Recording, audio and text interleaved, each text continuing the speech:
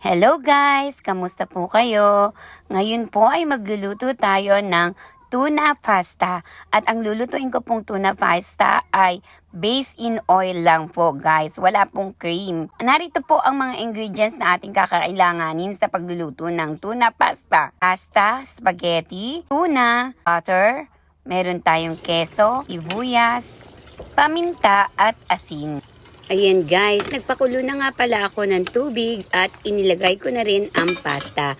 Guys, pinatakan ko nga rin po pala ito ng mantika para po hindi magkadikit-dikit ang mga pasta. Ayan guys, lutuin lang po natin siya ng mga 8 to 10 minutes para po hindi po ma-overcook. At pagkatapos po ay i-drain natin at luglugan natin ng kaunting tubig. Sunod naman po ay mag-melt na tayo ng butter sa isang kawali at igisa natin ang sibuyas. Ayan guys, igisa lang natin mabuti ang sibuyas hanggang lumabas ang aroma. Then ilagay na rin po natin ang mga tuna. Igisa lang din po natin ang tuna.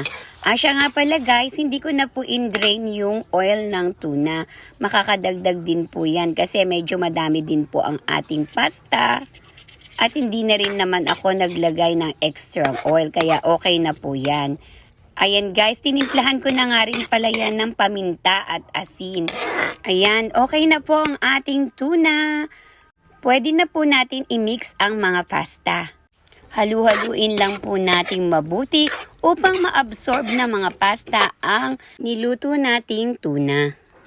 Siya nga pala guys, hindi ko to nilagyan ng cream kasi medyo nakakaumay din po kasi kapag may cream, kaya para maiba naman. Ayan guys, okay na to.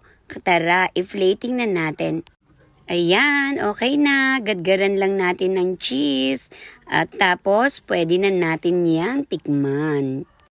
Bago ko nga po pala tapusin ang video na ito, shout out po sa lahat ng mga taong sumusuporta sa akin.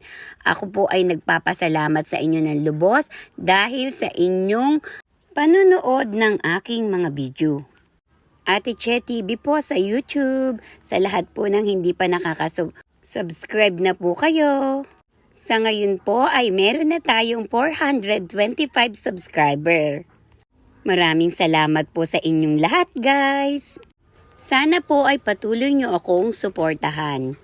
At panoorin pa ang aking mga videong ia-upload. Muli po, maraming salamat po sa inyong lahat. Hanggang dito na lang po at God bless po sa inyong lahat. Bye-bye guys!